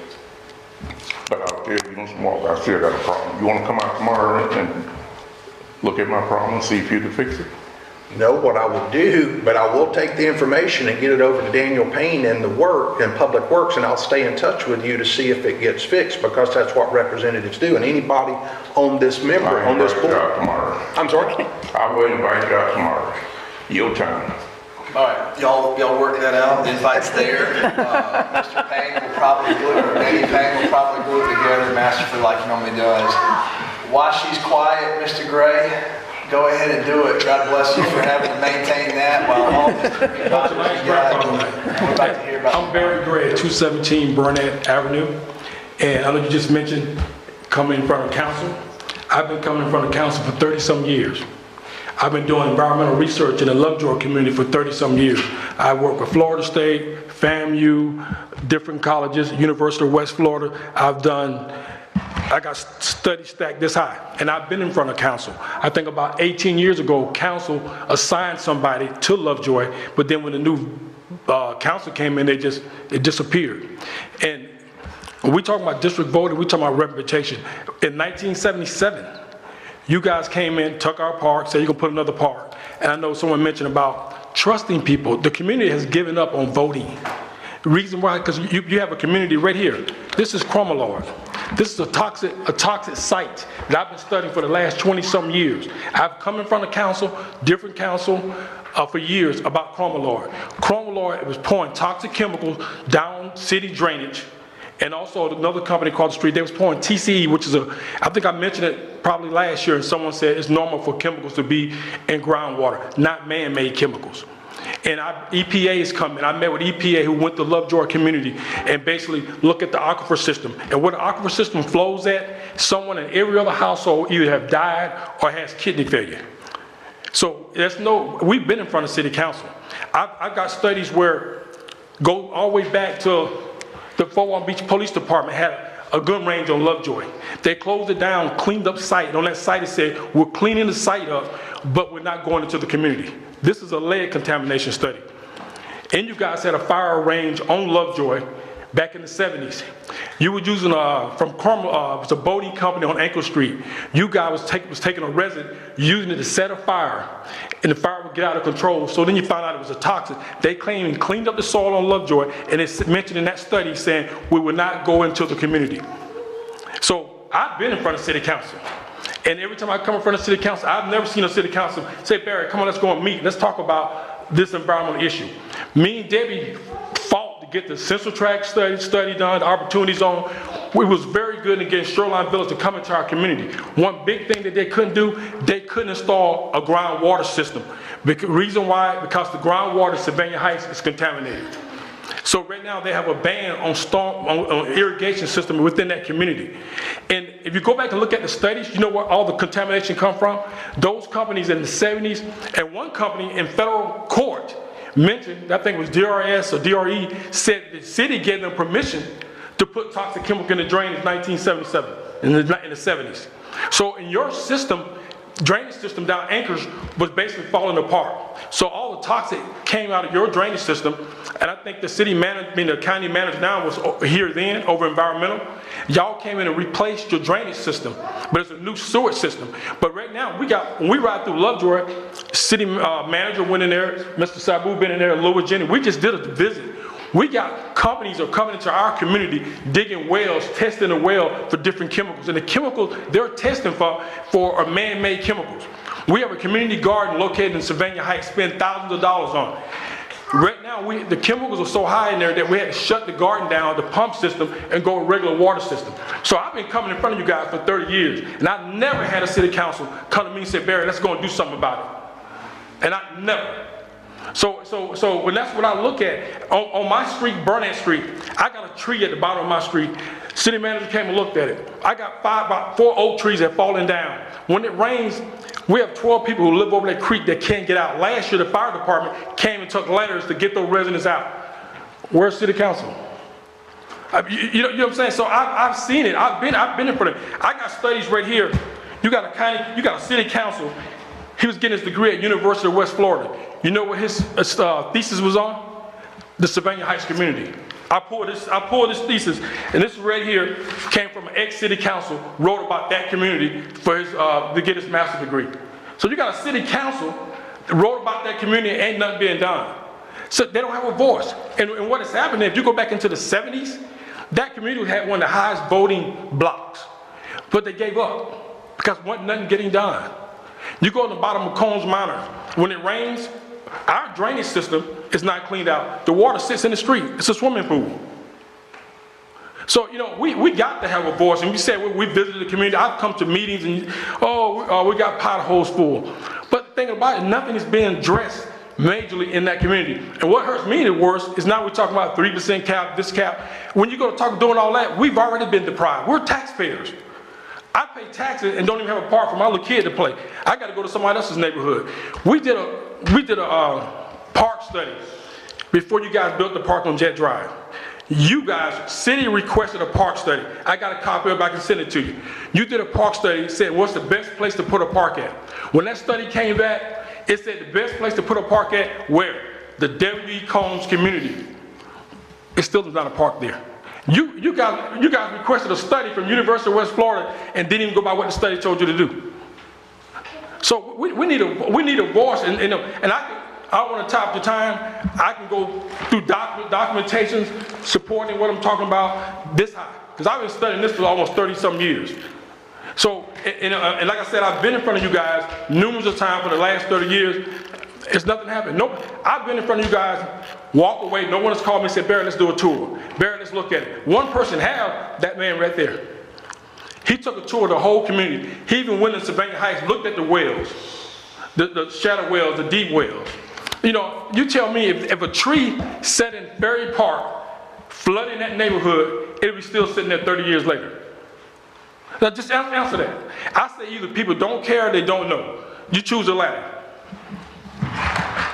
Mr. Gray, I appreciate that. You got a lot of history, a lot of experience, but I would say since 2019, a lot of issues that have been brought up, but one of the issues was we got it to a point to have a workshop to try to bring Sylvania Heights into the city. At that time, one of the council members that was, I believe, endorsed and strongly recommended by the NAACP, Mr. Locklear, also voted to, for whatever reason, not to move forward with bringing Sylvania Heights into the city. I thought it would be a great idea to continue to bring that into the city so that there could be more closer representation. So I know this is very an emotional conversation because I don't live in that community and I don't have the extensive amount of research that you have, but I would politely push back saying that it hasn't fallen on deaf ears.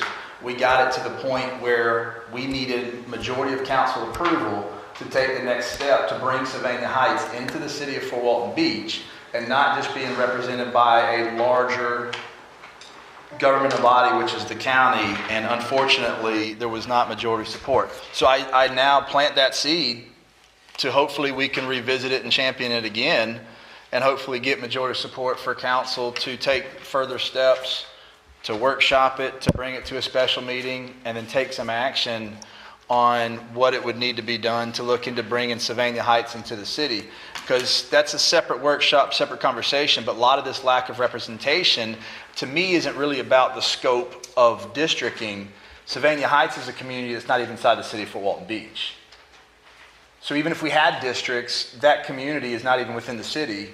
So it kind of presents a separate challenge. So a lot of good different things going on. One question I would have for, I guess, Mr. Williams is, you know, as y'all been doing this research, I like to think with the end in mind, and ultimately the end would have to be a referendum that the people would have to decide whether or not to move forward. How do you feel confidently that this would move forward after 2015? There was a referendum to move the council seats to be elected at large when that passed 63.6%. How do you think you would get a different outcome? Well, you say in 2015 there was a referendum for to be elected at large. What were the prior to that, though? They had council seats. But they had council seats, but they weren't districts, right? So there was a referendum in 2015, and on Paul Laux' website it says council seats to be elected at large. Right. Which is our current model. Which is the current model. But all you did though was got rid of the seats. Yeah, what you did was you got rid of the number of seats. The current model in our electorate, which is our current model. Right. The title of it was council seats to be elected at large. At large.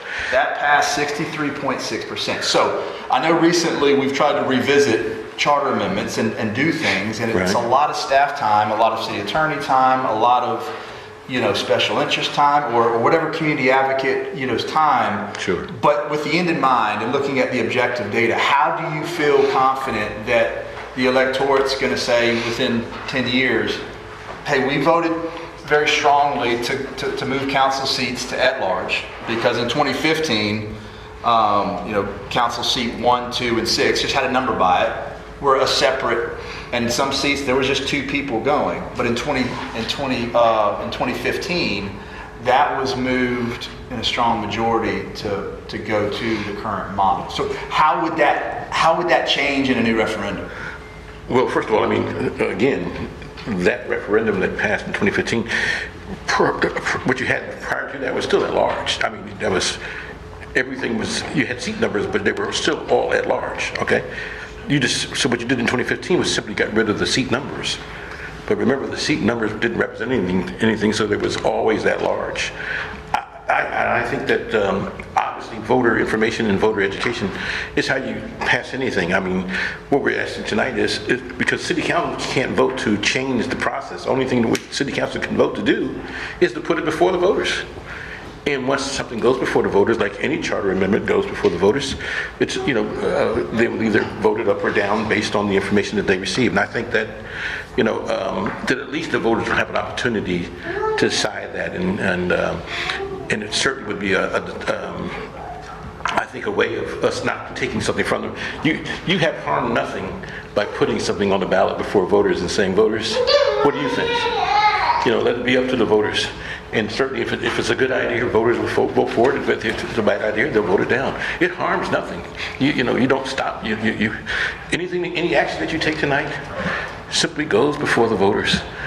So you don't do anything without their input. Right? It's a lot of staff time, a lot of city attorney time, and we have to look at the political process like how we did most recently.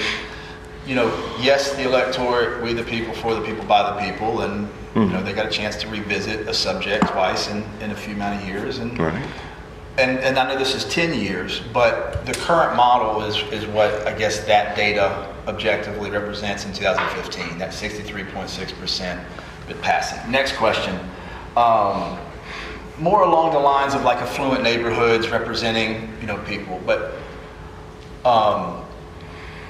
in the Elliott Point District Zone 2, the most recent city election we had in 2025, how do you think Travis Smith did compared to Debbie Riley in Precinct 32, which is the Ferry Park precinct? Well, I think at our last time we met, you indicated that the people in Ferry Park voted a much higher rate than any other area in the city. Am I correct?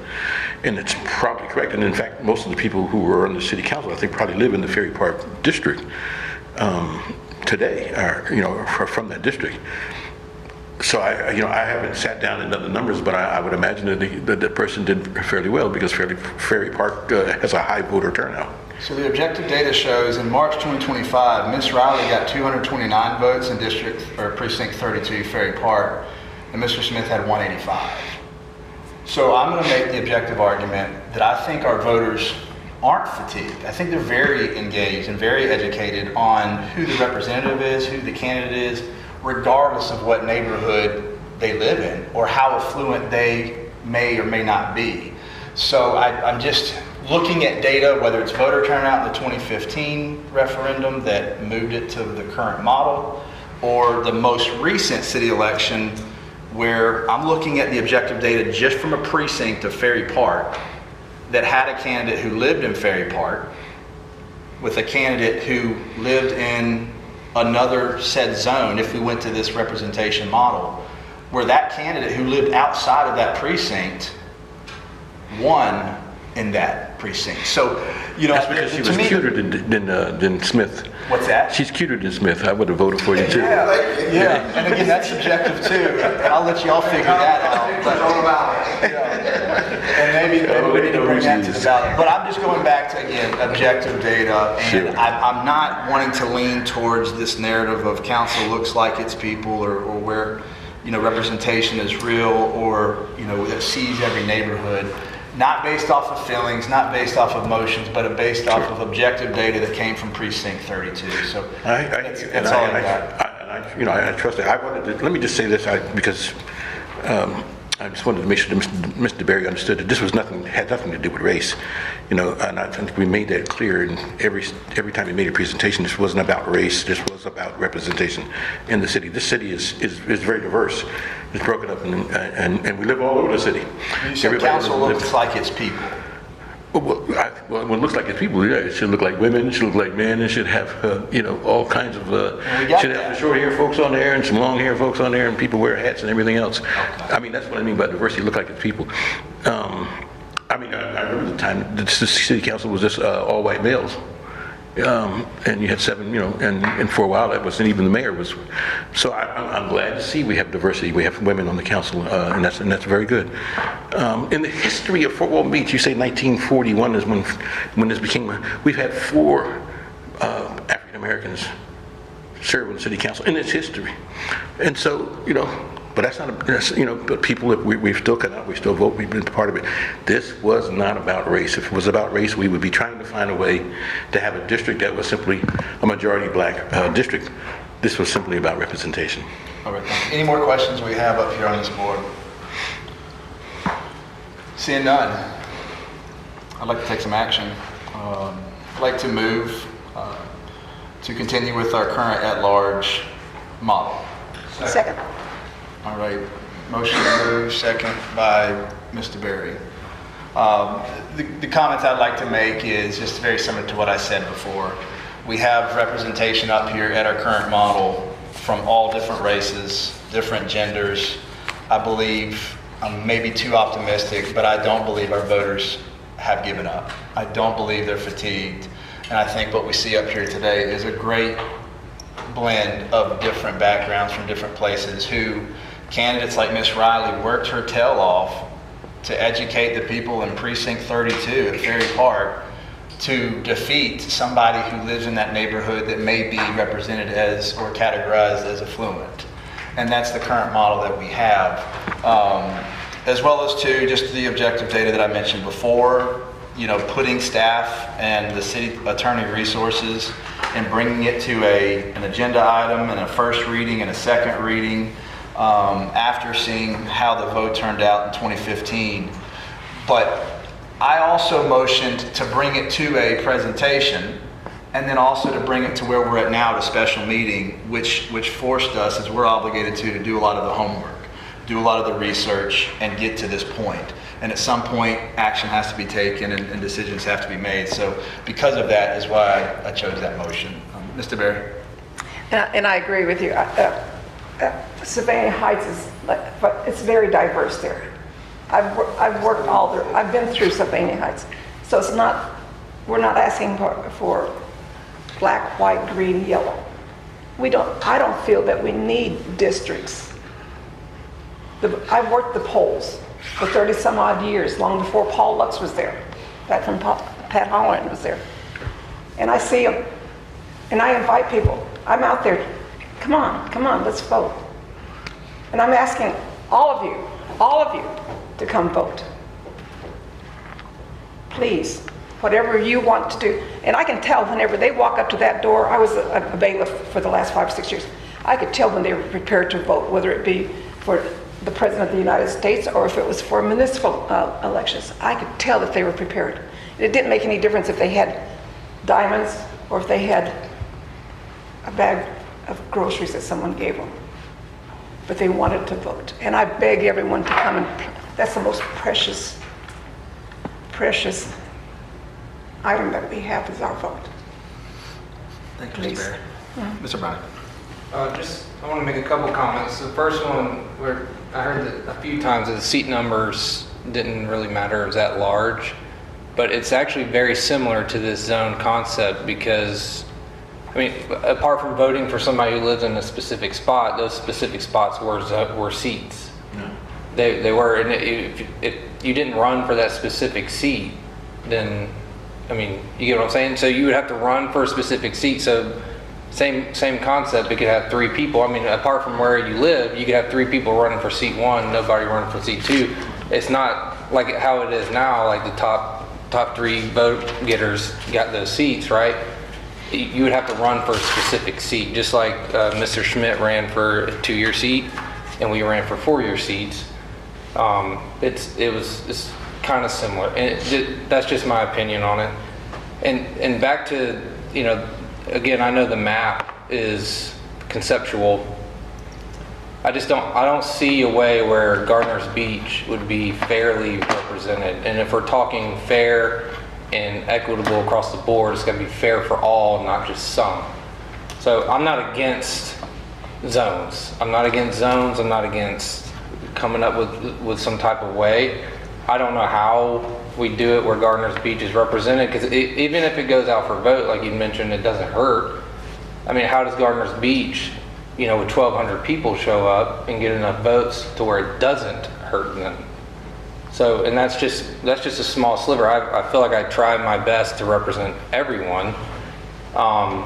But I had people knock on my door there. They, hey, why can't we go to the beach today? Well, because the stormwater polluted the bayou. We can't go in it. So I could ask Mr. Merrill, hey, did you hear about Gardner's Beach being closed down today? He probably had. Well, maybe. If somebody calls me, he lives on Bay.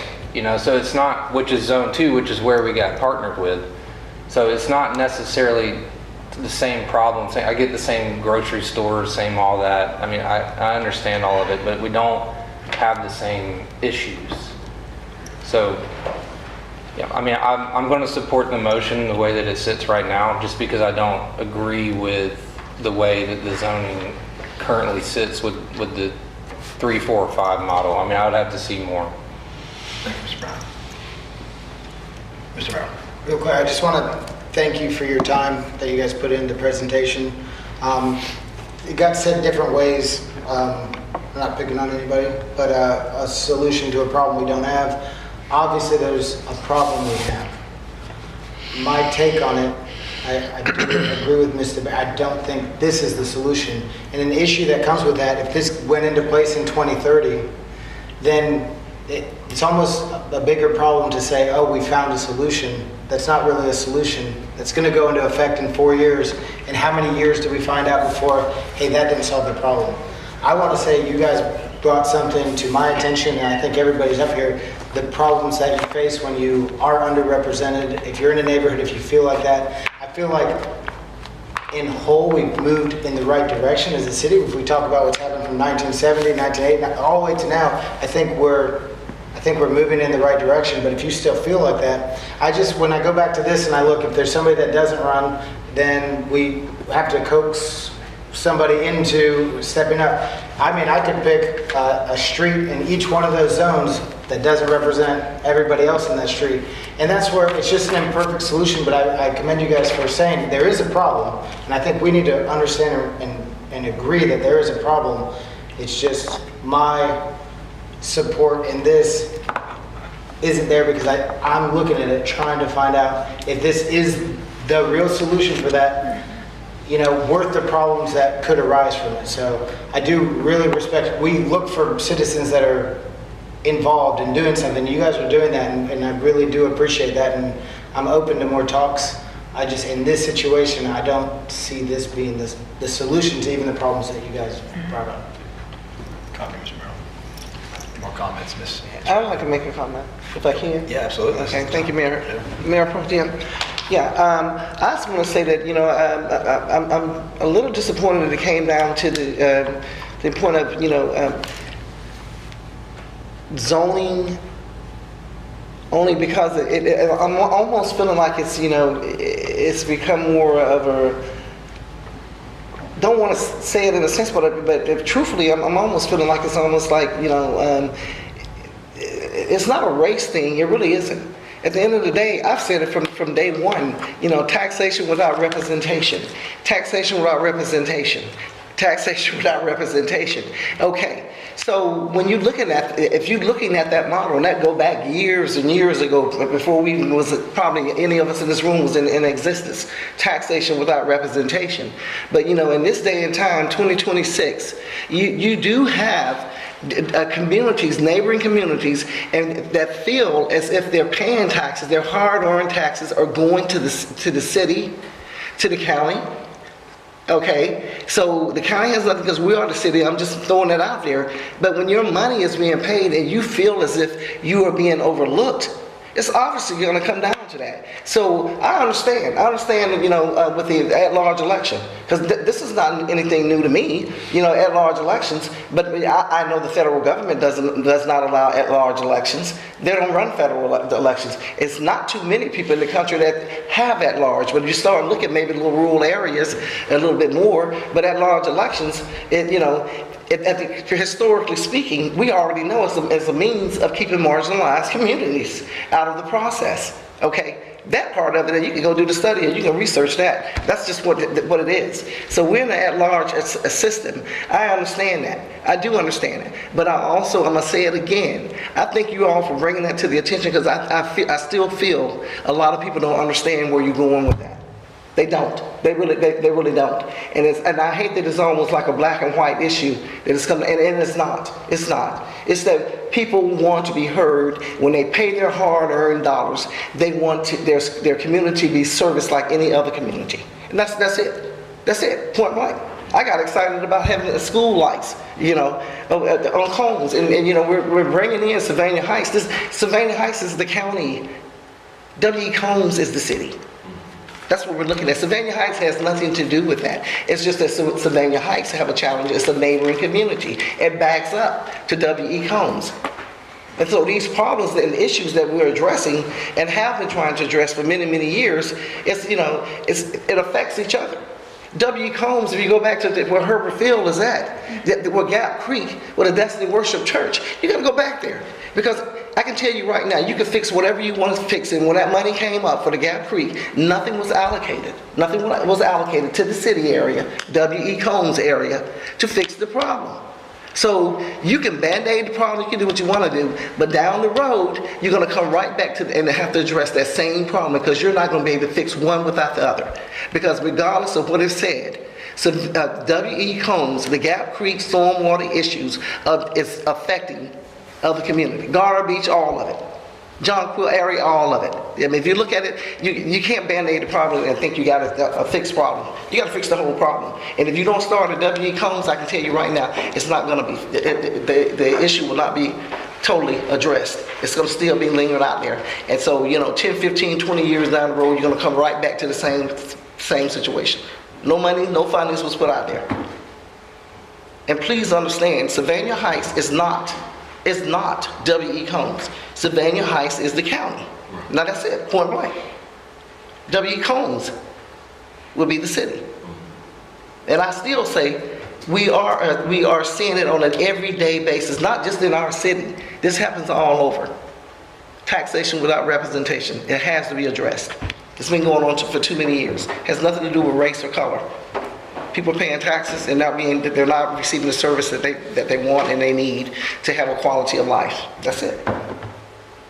I support it, but obviously, you know, I don't have anybody else along the way here. You know, I kind of feel like that would support it, but I also understand. So when you understand a problem, you just know. Your heart knows. You know. That's it. Thank you, Mayor Pro Tem, for letting me talk. Thank you, Ms. Riley. Sorry. And the city and this board and the unincorporated Sylvania Heights and Combs is very fortunate to have you up here with 3 years at minimum left to keep advocating and keep representing for them. So, Mr. Walker. Yeah, thank you guys for all the work you did. I know you're passionate about it, and looks like a majority is going to be making a decision here shortly, but I enjoy history, and to hear and learn the details of Sylvania Heights. Mr. Gray, he's left, I guess.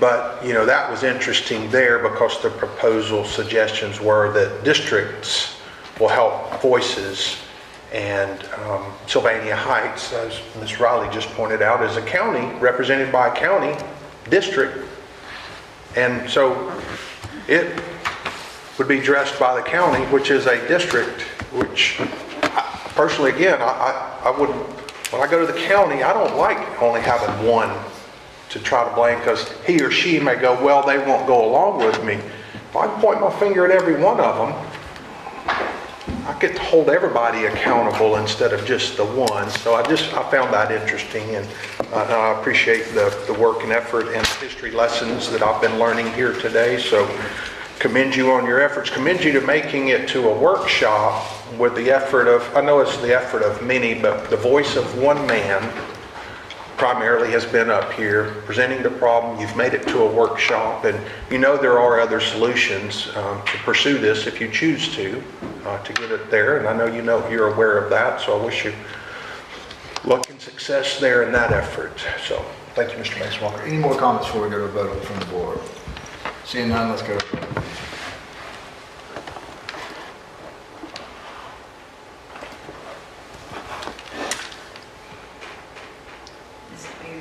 Oh, is it? Oh, I couldn't remember. We I'm looking around to see.